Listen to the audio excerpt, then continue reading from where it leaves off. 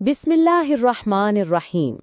तर्जुमा, अल्लाह के नाम से शुरू जो निहायत मेहरबान रहमत वाला है।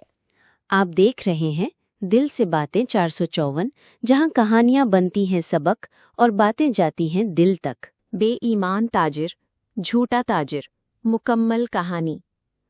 एक ताजिर बाजार में अपनी दुकान पर रोजाना लोगों को कम तोलकर धोखा देता था। चंद सिक्के बचाने के लिए वो अपना ईमान और एतबार बेच रहा था।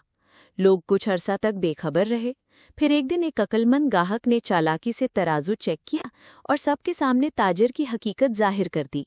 गांव के लोगों ने फैसला किया कि ऐसे झूठे ताजिर से खरीदारी नहीं करेंगे। यूं ताजिर ने चंद दिन के फायदे के खातिर हमेशा के लिए अपना एतमाद खो दिया। अखलाकी सबक। बेईमानी कभी कायम नहीं रहती। एतमाद सोने से ज्यादा कीमती है। अगर कहानी दिल को लगी हो तो दिल से शेयर कीजिए और हाँ, सब्सक्राइब करना मत भूलिए।